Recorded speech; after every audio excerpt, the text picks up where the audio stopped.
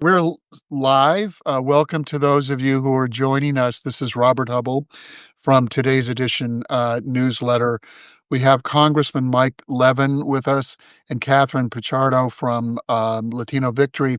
We're going to give everyone just about 30 seconds or so to gather uh, for the AI agent that will be editing this. I will do a formal countdown before we get started, and that's where you can begin the program. So let's give people just another 30 seconds to gather. So, and I should note that Congressman Levin, Mike, and Catherine are with the new trend of doing social media from your cars.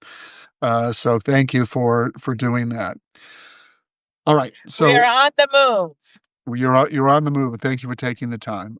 So I'll do a countdown and then a read in. 3, 2, 1. Hello, everyone. This is Robert Hubbell from today's edition newsletter. Welcome to a Latino Victory Substack live stream. I'm acting as your MC today. With me is Latino Victory, Catherine Pichardo, the executive director. Catherine, it's so nice to be with you on another live stream. This is our fourth or fifth. We'll do a little bit more formal introduction, and then Congressman Mike Levin. Thank you for joining us. I understand your schedule is tight today, so we will get right to it. The subject of this live stream is an incredibly important topic to our democracy, which is California's Proposition 50, which is designed to fight election rigging mid-census. And so we'll be talking about that. But Catherine, why don't you start off and tell us a little bit about yourself, just so people who maybe haven't met you before know what you do, and a little bit about Latino Victory. And then Congressman will ask the same of you. Go ahead, Catherine. Thank you so much, Rob, and we really appreciate your service, everything that you do in support of Latino Victory and in support of our democracy. Latino Victory, for those who are joining us for the first time, is a national organization very much focused on building Latino political power in every way that we can, so that our voices and our values are reflected in the policies that move our country forward. And how we do that really is engaging Latino voters, um, building up Latino candidates so that they can represent us effectively at all levels of government. We recruit them, we train them, we endorse them and support them in their campaigns. And then also, really, through our entities, we also build up our Latino community through cultural programming and nonpartisan engagement so that we really can reach our community where it's at. And move the ball forward in this engagement infrastructure. And so, in terms of impact, I will tell you in 2020, we invested about $10 million in Latino voter engagement, helping to elect President Biden, and also many of our Latino candidates. This past cycle in 2024, with very limited resources, we helped elect 63 Latinos at all levels of government, which was a 20-point jump in our win rate over the past 10 years. Over time, supported and trained over 475 Latino candidates. So really, it's about building on what we have achieved over the past 10 years, and we're ready. In 2026, we have a strategy to really, at this time, fight misinformation and disinformation, engage Latino voters, as well as uplift our Latino candidates and build infrastructure, not just for the now, but also for the years to come. We call it our Fuego plan. So I hope to talk to you a little bit more about it. But for those who are listening for the first time, that's what Latino Victory is. And we thank you for listening. Well, God bless you and Latino Victory for everything you do. And I just want to put in a plug for my readers who may be not familiar with Latino Victory.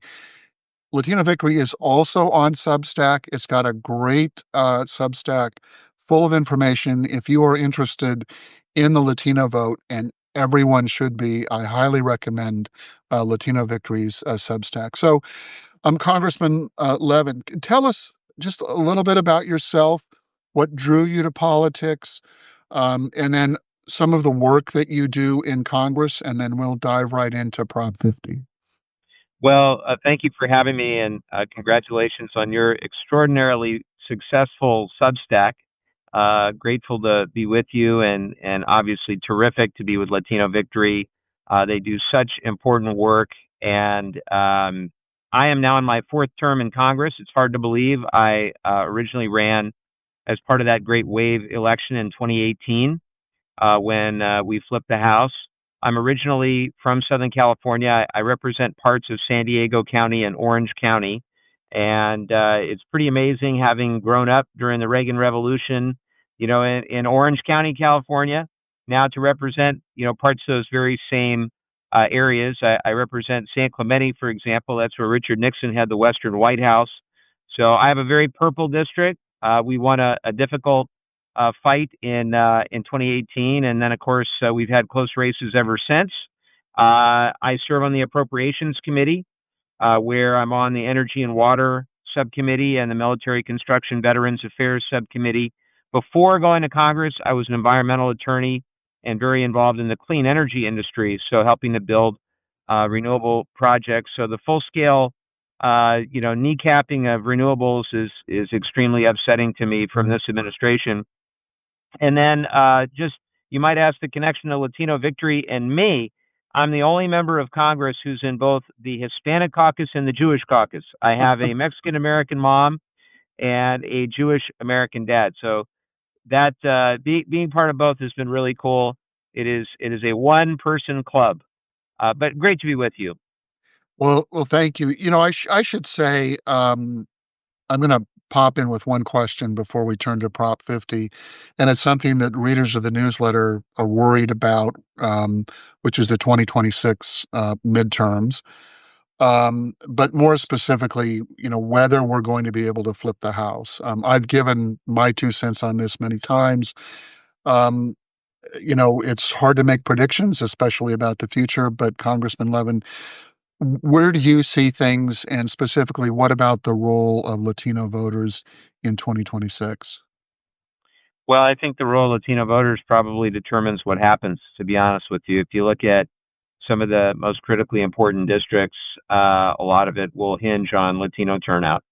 If like in Texas with the Gonzales and Cuellar districts, or you look at the Valadeo district, turning out Latino lower propensity voters that typically only vote in presidential years is going to be vitally important. But I think that our ability to take back the House is directly related to what happens with Prop 50, because as I see what is happening across the country, and we hear a lot about Texas, but it's not just Texas that the Republicans are gerrymandering. You're also hearing now about Missouri and about Indiana and Kansas and Ohio and Florida potentially, and. So if we start back, we have 4 seats to make up right now. So if we start back 10, 11, 12 seats, we pick one up in Utah, it sounds like, based on what's happening there. But really, California then becomes the only opportunity for us to try to level the playing field. I think if it's a fair fight, we win. If it's a fair fight, we will prevail. But we just have to make sure that we are not allowing Republicans to get off to a 12, 13, 14 seat lead by virtue of gerrymandering. Right. Catherine, your thoughts? Up, Catherine, you're on mute. Can you hear me now? There you go. Okay, there I am. So there's a couple of things here, right? When we look at Latino voters, number one, they're the fastest growing portion of the electorate. So as we looked in 2024, and Latino voters being over eligible voters being over 36 million, 15% of the electorate, that number is only growing every day that goes by, and new Latino voters are aging into voting age, right? So for 2026, we're looking at an increase in Latino voters, and certainly are going to be critical to winning back the House. But in 2028, we're going to have even more, and so on and so forth. Um, we look also at the importance of Latino voters from the perspective of persuasion, right? And what we've seen since 2016 is a little bit of an erosion of Latino voters as part of the Democratic coalition. So we have to invest in Latino voters, right? As we go up to this cycle in the persuasion aspect, right? So we could earn back their trust and support for Democrats. And then certainly as you look at Prop 50, which is what we're talking about today, in California specifically, Latino voters are a large portion of the electorate and are going to be critical to righting the wrong that is being done in other parts of the country, right? In Texas, for example, we're looking at a redistricting plan that is not just designed to win 5 Republican seats, but it's also designed to um, violate the Civil Rights Act and take away representation for communities of color. And so when we say vote yes on Prop 50, it's not only righting the wrong in terms of redistricting and from a partisan perspective, but it's also righting the wrongs on redistricting from the perspective of representation for our communities. Absolutely. And I want to just punctuate what both of you said about the importance of the Latino vote in 2026 and going forward. There are lots of ways you can define what districts are important and which ones are targeted and which ones have Latino influence. But I saw a statistic that said something like there are 26 or 30 districts that are being targeted to flip. 18 of them are designated as Latino influence districts, which means that getting the Latino vote out in those districts could, I mean, it's more than 50% of our strategic goal here. And someone just posted something that I want to, again, put a punctuation point on. We need more Latino speakers to help call voters in California to turn out in support of Proposition 50. We cannot take anything for granted in this fight. We have to look for every single vote, and it is incredibly important that we reach out to the Latino community. I'll let you get into some more of the details here, but a lot of PAC money is going into oppose Prop 50, and they have hired an established, well-known consultant with a background in the Latino community who is helping to oppose Prop 50. So we need to pull out all the stops. So if you are out there listening to this, or you have friends and you speak Spanish, we need you to be on the phones to help us. Okay, so let's turn now to the substance of And Prop 50. And I should say, Rob, on that, I know that we can't post live links on the comments, but I know that you'll be sending folks a follow up with the links to volunteer so that if folks are available in English and in Spanish, we really would appreciate your support to mobilize voters for Prop 50. Terrific. Okay. I will promote that and get me the copy in both English and Spanish, and I will publish it in both. So, Congressman Levin, you're sort of on the ground. You have your finger on the pulse. Tell us a little bit about how we got here with California and Prop 50 and what your sense of where we are. Well, the sense of where we are, I'll answer quickly, which is I think if we turn our voters out, we win. our volunteers in San Diego and Orange County have been just extraordinary, coming in, making calls, knocking on doors. Last I checked, we were right around 25,000 households that we'd contacted in our area.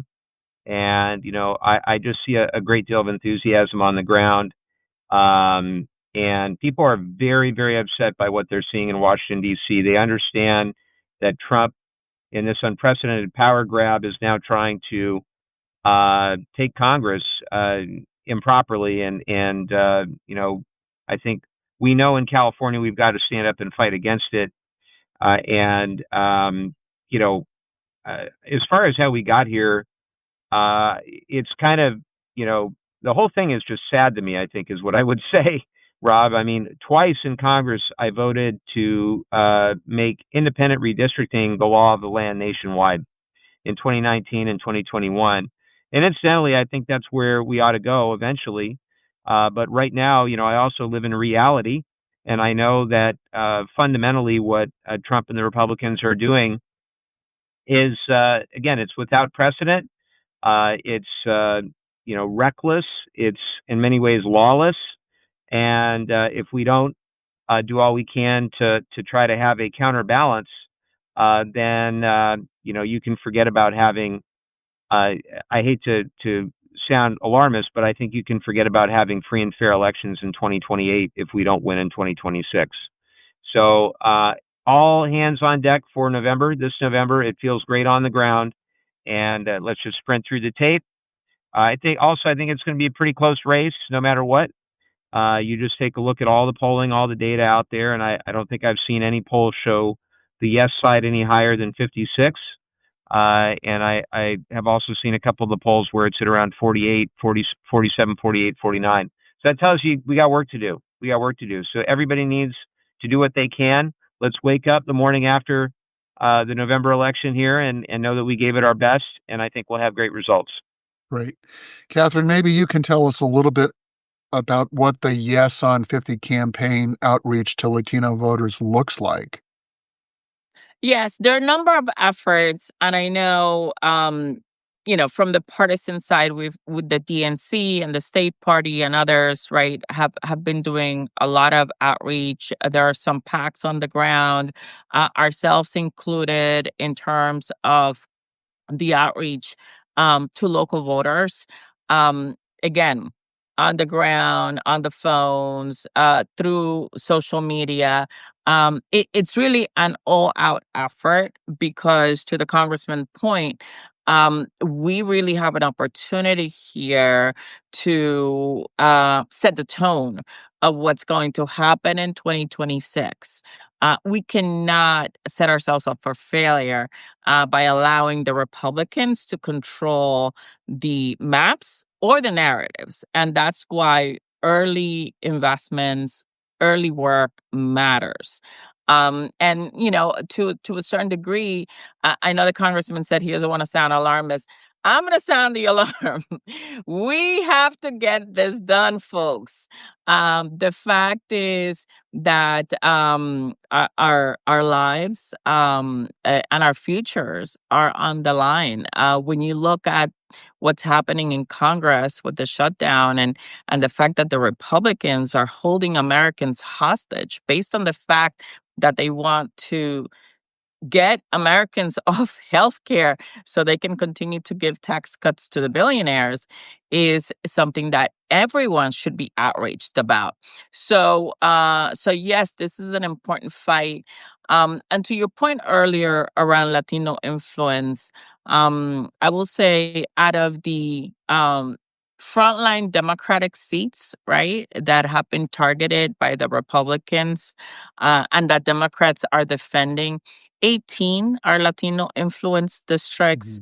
Out of the red to blue targets by the DCCC, 21 are Latino influence districts. So there are really 39 seats where Latinos can make the difference between win or lose.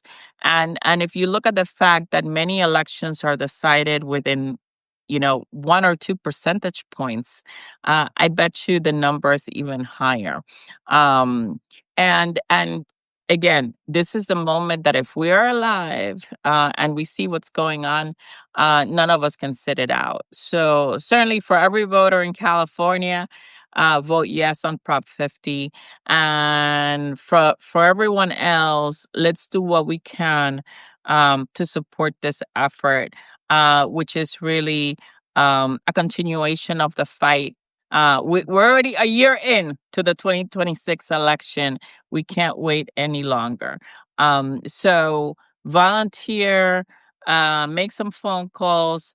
And if you want to support our efforts at Latino Victory, go to our website at latinovictory.org where you can learn more. Right. Congressman Levin, two questions. One is, if passed, would Prop 50 affect your district in any way?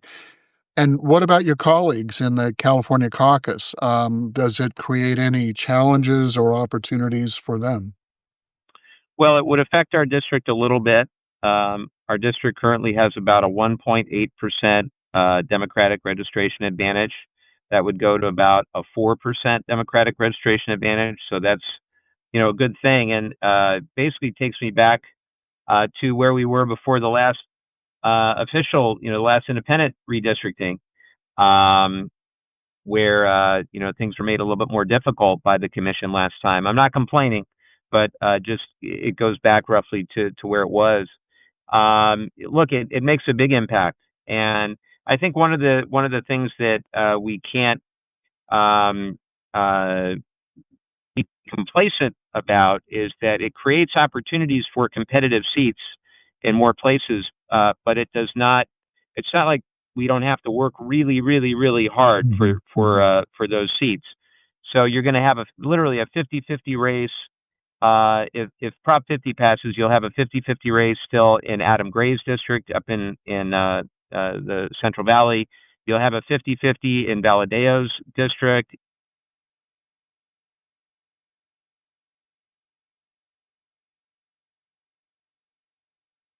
We lost sound.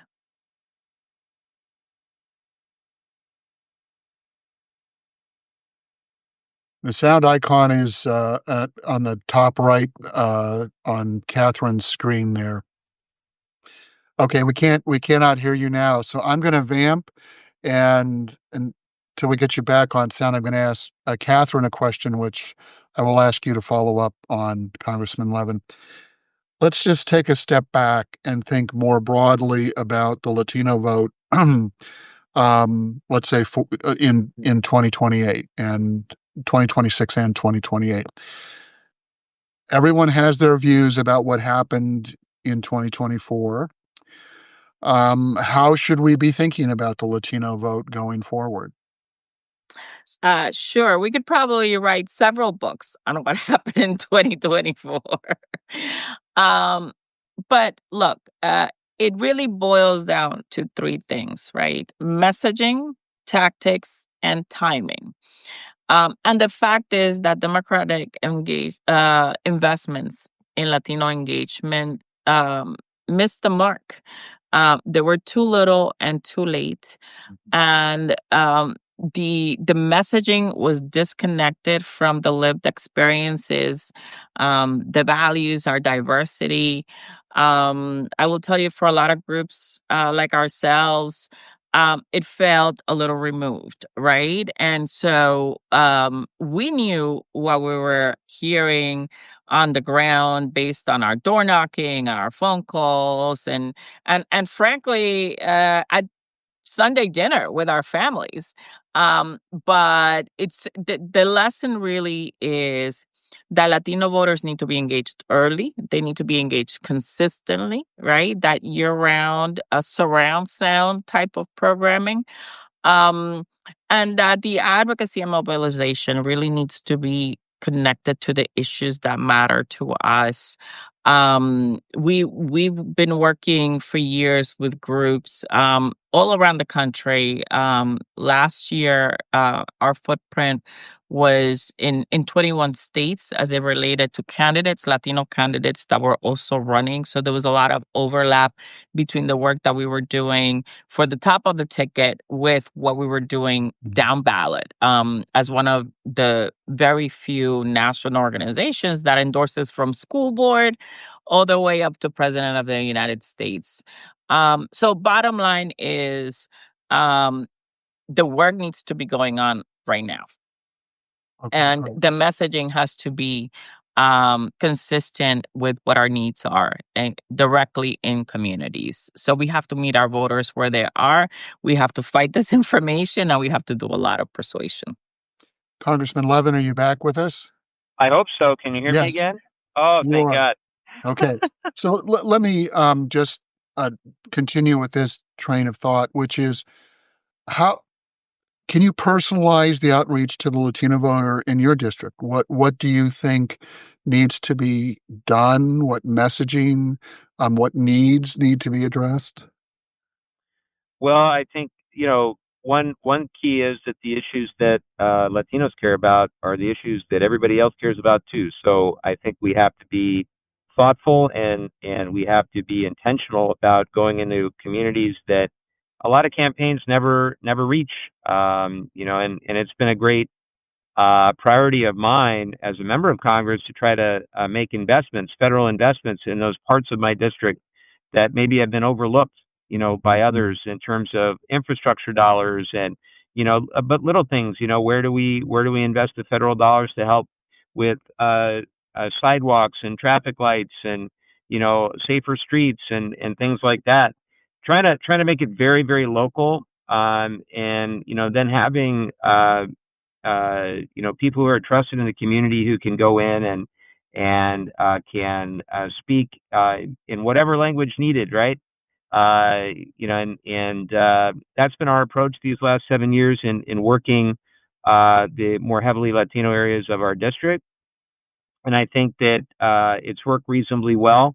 And it's just about being intentional more than anything else. And I think that um, you know, you got to own the ground. That's the other thing, is I feel like too often in campaigns, you see real nice TV ads, or maybe nice digital ads. Maybe you'll have nice glossy mailers. So far, I haven't seen a whole lot of mail for our side. I've seen it for the other side, but not for our side. Mail's important. But if you don't on the ground, everything else is irrelevant. I really believe that. And, that's where the commitment on the part of the Yes on 50, and what folks like us are doing and others are doing, that's key. Knocking on doors, making calls.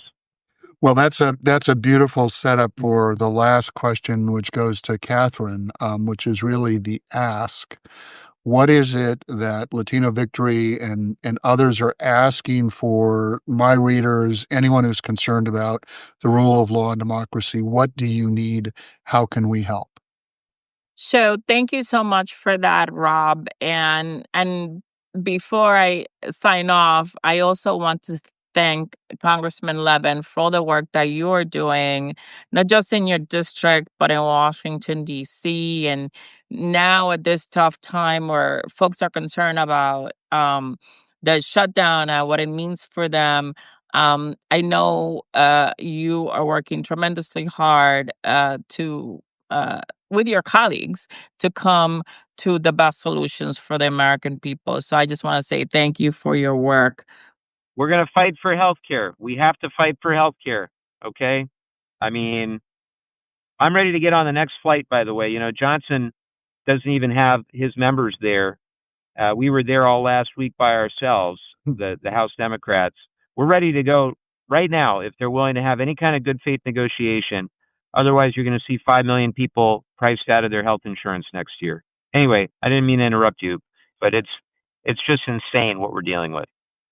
No, it's important. And so it goes to the work, right? So right now we're talking about Prop 50. And so Rob, what I would love for folks to do is to volunteer to our phone banks. in English, in Spanish. You could sign up through Mobilize. There are other ways to sign up as well. We'll be sharing with everyone who's listening the follow-up links. If you're are unfamiliar with the different platforms, we also have a social media toolkit for Yes on Prop 50, which we're going to be sharing with folks so that they can amplify through their social media channels. Nothing like your neighbor or your friend telling you to sign up for a petition or sign up to volunteer or to vote a certain way, right? No matter how many times I would say it, or the congressman, if it's your neighbor or your friend, you're more likely to activate yourself. Again, go to latinovictory.org if you want to learn more, and then also to contribute to our efforts in this campaign, and subscribe to Latino Victory on Substack at Latino Victory US. All right, great. And I will promote this. I'll put a link in my newsletter tonight with all the resources. Congressman Levin, thank you so much for everything you do. Catherine, God bless you for fighting the good fight every day. Everyone, if you can, check out Latino Victory on Substack and join those phone banks. We need to reach Latino voters in order to ensure success for Prop 50. Thank you all for joining. Take care. Thank you all. Thank you. Bye-bye. Bye-bye.